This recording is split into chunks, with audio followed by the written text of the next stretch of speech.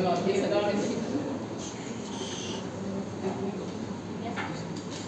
Vamos a continuar viendo entonces el tema del lupus. Estábamos viendo la parte de manifestaciones clínicas, ¿no? Hemos visto ya las manifestaciones musculoesqueléticas, cutáneas. Estamos viendo las manifestaciones hematológicas ahora. Son importantes las manifestaciones hematológicas, son características en el lupus. Vean que vamos a encontrar anemia, que es la anemia de las enfermedades crónicas, ¿no? Habitualmente una anemia normocítica, normotrónica. El 85% de los pacientes van a tener este tipo, el 70% van a tener este tipo de anemia. Pero hay otra causa de anemia en estos pacientes, ¿no es cierto?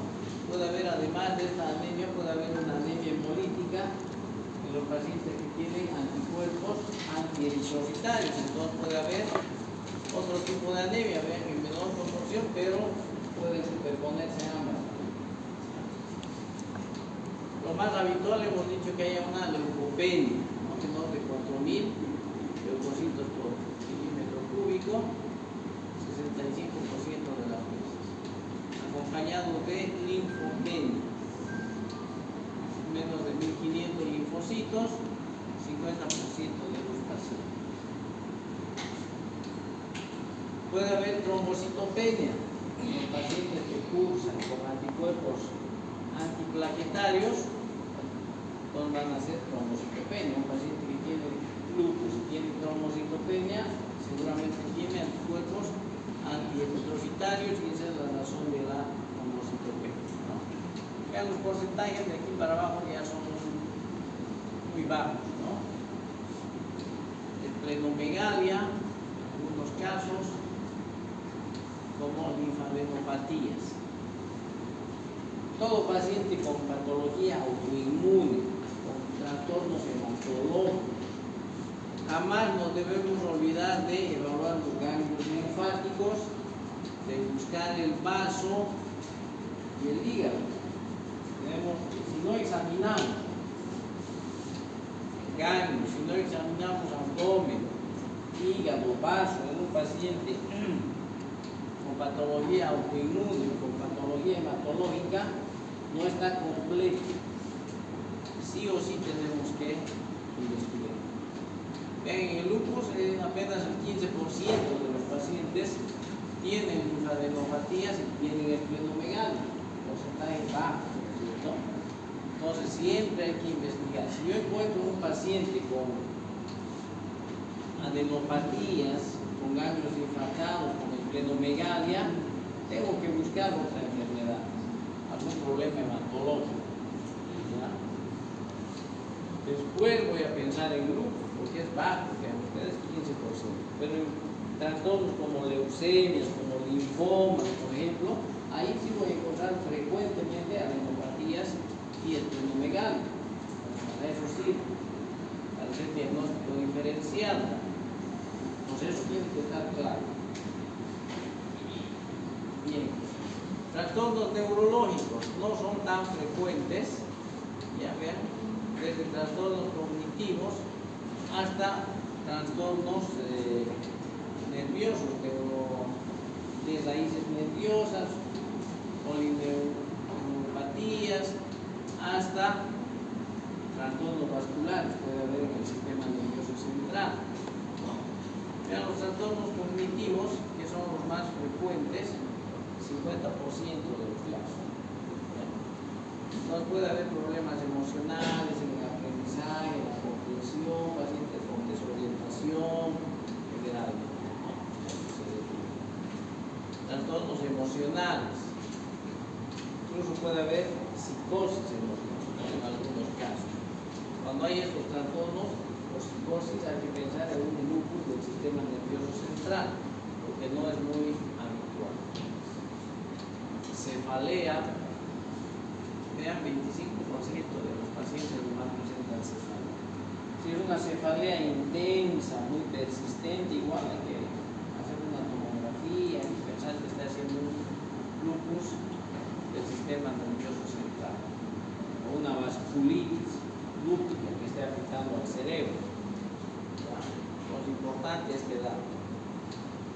convulsiones lo mismo, mononeuropatías, polineuropatías menos frecuentes, ¿no? Parálisis nerviosas en las extremidades,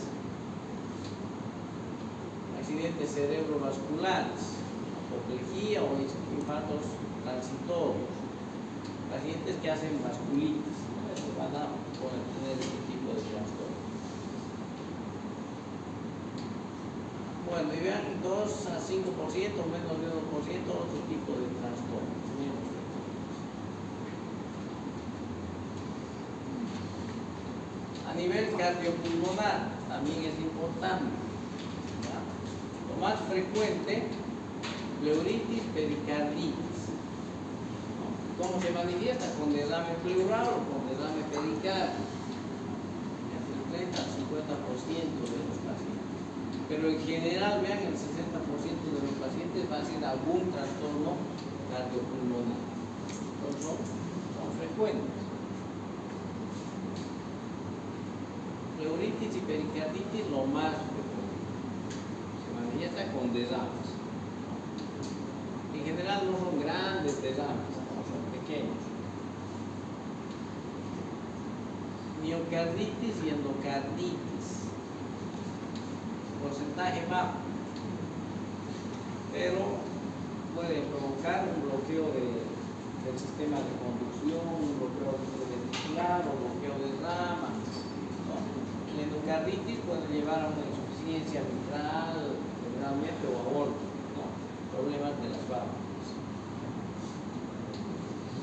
La neumonitis a nivel del parénquima pulmonar, ya lo más frecuente, la neumonitis por lupus, porcentaje bajo. La arteriopatía coronaria igual bajo, pueden hacer isquemias, anginas, infartos, estos pacientes, ¿no? Los que hacen vasculitis, que generalmente son diseminadas, hacen arteriopatías a nivel coronal. Fibrosis intersticial a nivel pulmonar. Hipertensión pulmonar y otro tipo de alteraciones menos frecuentemente. Síndrome de recogimiento pulmonar, una restricción, una fibrosis del pulmón, ¿no? Entonces, vean, en general, de manera global, 60% de pacientes van a ser estos trastornos. A nivel renal es importante también la complicación, la nefropatía lúpica. Es importante porque va a ser a la larga una de las primeras causas de morbilidad y de mortalidad en el lupus, ya la nefropatía lúpica. Hemos visto esa clasificación de la OMS, por cierto, de la nefropatía lúpica, por eso es importante. Entre el 30 al 50% de los pacientes va a desarrollar. Ahora mismo hay una pacientita, ¿no es cierto?, en la emergencia con lupus, con insuficiencia renal, como el grupo de lunes de ayer hemos podido ver. Una de las pocas insuficiencias renales que no es por diabetes, ¿no es cierto?, es por lupus. Paciente joven, 4 años, diferente a los pacientes con insuficiencia renal, generalmente tienen 40, 50 años, ¿no? Porque el diabetes es más prolongado, el lupus comienza más temprano, ¿ya? Entonces, ¿qué vamos a tener? Desde una proteinuria o microproteinuria a una macroproteinuria con presencia de cilindros celulares. Es el trastorno más frecuente cuando está empezando la enfermedad, ¿no? Luego va a evolucionar a un síndrome nefrótico y finalmente a una insuficiencia renal crónica, terminal, que va a requerir tratamiento sustitutivo, ¿no? Trasplante renal o diálisis. Entonces, importante las complicaciones renales.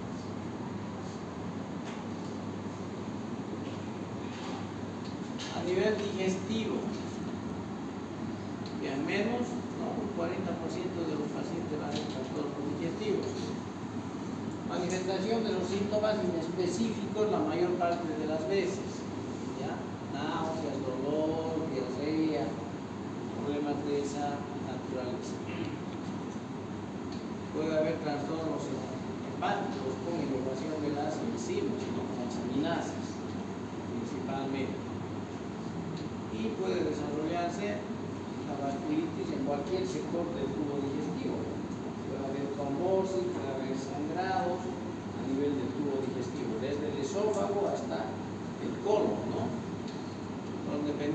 la localización, nos va a dar la sintomatología.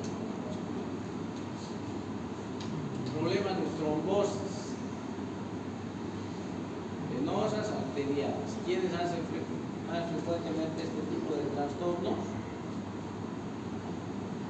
¿Qué tipo de pacientes?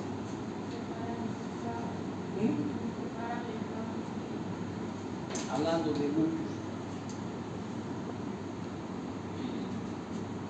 ¿Qué pacientes hemos dicho? Hay un grupo de pacientes que van a hacer trombosis venosas, arteriales. Ayer, cuando la última clase,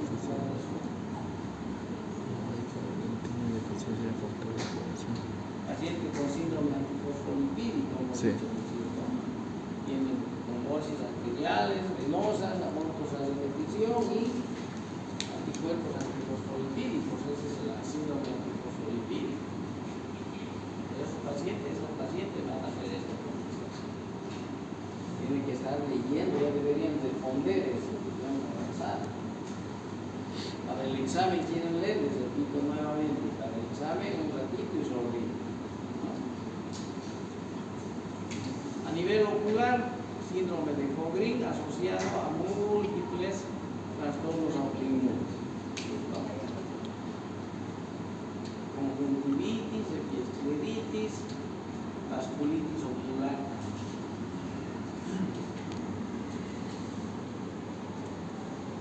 Bueno, ya hemos hablado de esto, ¿no es cierto? Esto está desarrollado, lo mismo que hemos empezado viendo en la primera diapositiva. La poliartritis, hemos dicho, artralgias o artritis, articulaciones pequeñas sin deformidad habitualmente, ¿no? Articulaciones periféricas. Solo 10% van a presentar deformidad de las articulaciones. No hay erosiones en las radiografías. Una forma especial es la necrosis isquémica, ¿no? Que se presenta con dolor persistente a nivel de la cadera o del hombro.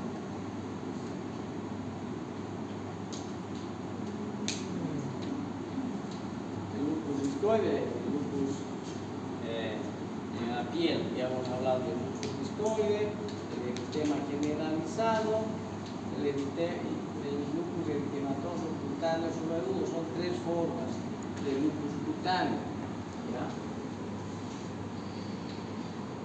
Esto ya hemos descrito, ¿no es cierto? Lesiones musculares o levantadas, descamativas, que se presentan en la cara, en el cuero cabelludo principalmente. El eritema generalizado, exantema fotosensible, que aparece generalmente en la cara, en las regiones descubiertas de la piel, ¿no? El cuello, el nariz, etc. Y el cutáneo subagudo son lesiones como estas también, rojizas, similares a psoriasis, y estos pacientes pulsan con estos anticuerpos. Entonces, tres formas de lupus cutáneo.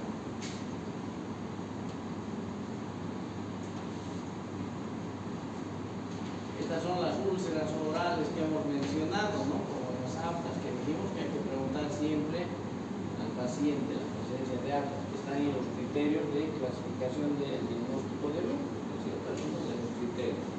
Presencia de úlceras bucales.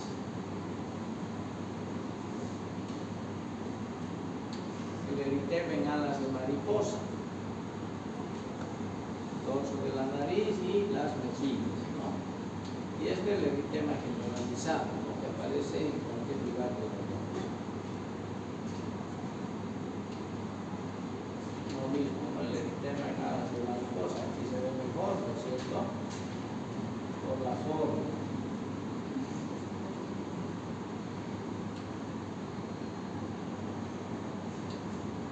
Las manifestaciones renales, entonces ya hemos revisado también la clasificación de la OMS de la nefritis lúpica, ¿no? 6 estadios.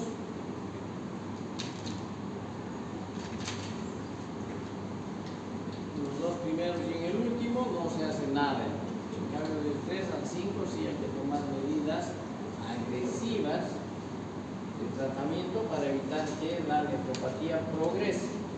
Para eso es importante esta clasificación.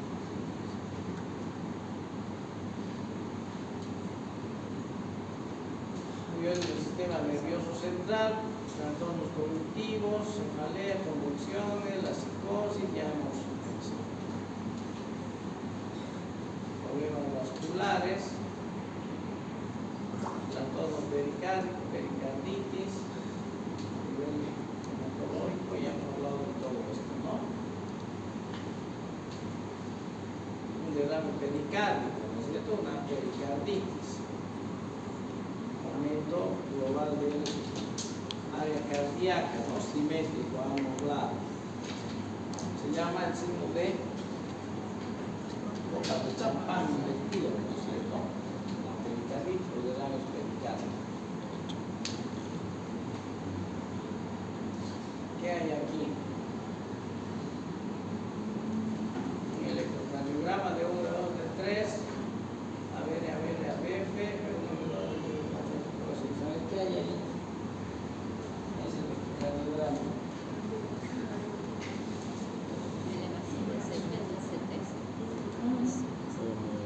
¿Es normal? ¿Hay alguna alteración? ¿Qué alteraciones hay? A ver.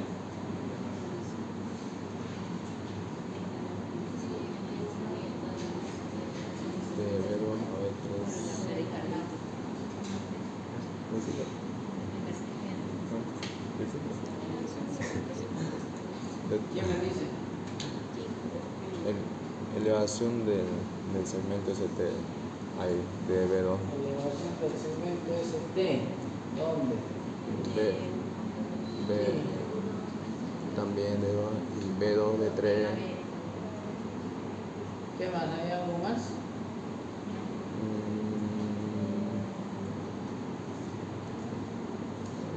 Pareciera que estuviera entrando porque la cuesta en B1 y B3. ¿Qué pareciera? La onda cuesta alargada, entonces estaría dando a un infarto. ¿Dónde la Q grande? B1, ¿B1? B2 viene la onda cuesta más de lo que es. Aquí no se ve ni la Q, siquiera no hay Q. RS. S solamente, no Q, no hay Q, mira, no hay Q. ¿Cuál qué más? La onda P, ausencia de la onda. ¿Qué pasa con la P? ¿No se nota? No Sí, sé, está no hay, pequeña, pero hay, ¿no? muy poco visible. Complejos pequeños, ¿no? Sí. Complejo pequeñito. ¿Por qué? Porque hay un derrame, ¿no es cierto? El derrame pericárdico, ¿qué me da? Complejos pequeños y trastornos en la repolarización. Sí, elevación del ST, que puede confundirse con una isquemia, ¿no? Con un infarto. Pero en las pericarditis hay elevación del ST. ¿Ya?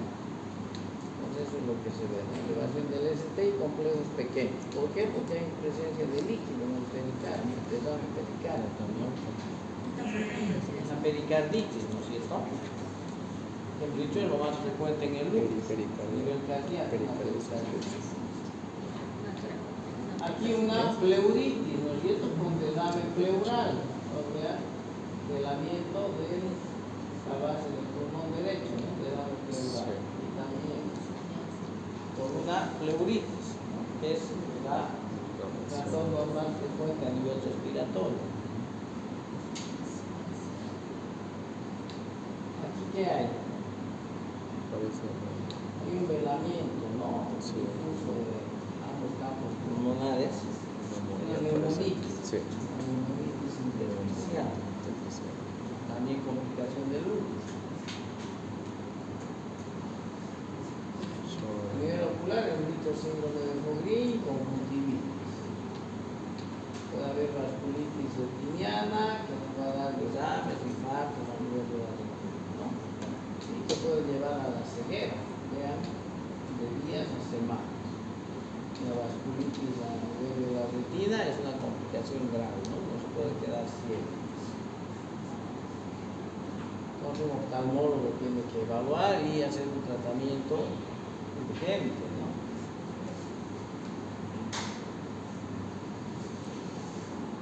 ¿Y esto?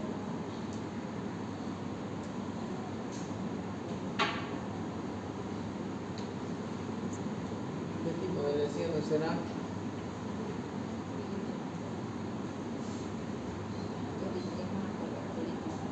Es una púrpura, ¿no? Una púrpura.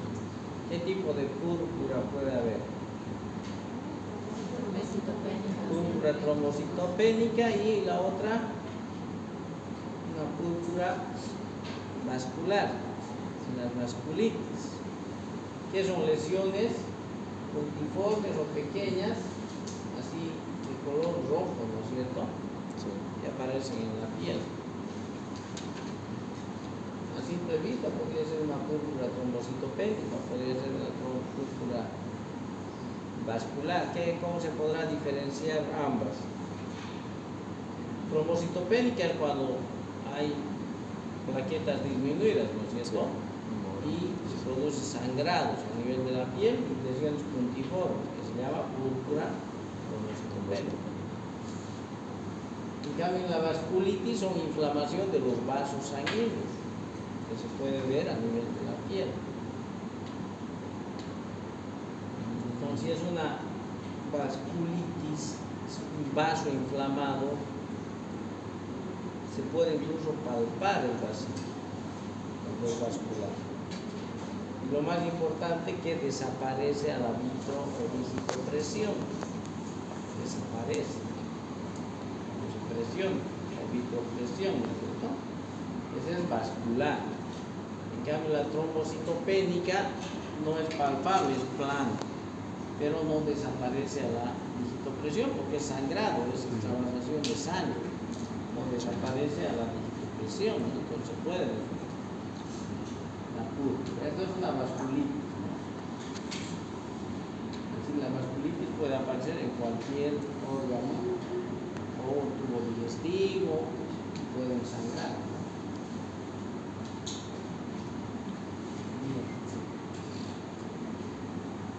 Hacemos el diagnóstico clínico después de una anamnesis y examen físico, ¿no es cierto? Tenemos nuestro diagnóstico presuntivo que vamos a solicitar. Estudios complementarios. ¿Para qué? ¿Qué finalidad tiene solicitar estudios complementarios en este caso? Para establecer o descartar el diagnóstico, ¿no es cierto? Para confirmar o desechar nuestra posición diagnóstica. Nos puede servir también para vigilar la evolución de la enfermedad. Una vez que le he administrado el tratamiento, ver si está mejorando, está estacionario o está empeorando, ¿no es cierto? A través de los laboratorios puedo controlar aquello. O para identificar algún efecto adverso en el tratamiento. Entonces también me sirven los exámenes de laboratorio para ver complicaciones secundarias en el tratamiento. Para todo eso. ¿Con qué estudios de laboratorio voy a apoyarme para hacer el diagnóstico? Serología, anticuerpos, ¿no es cierto? Ya hemos hablado de los anticuerpos antinucleares, que son los que más frecuentemente son positivos, pero no son específicos, pero apoyan el diagnóstico, ¿no es cierto? Hemos hablado de eso.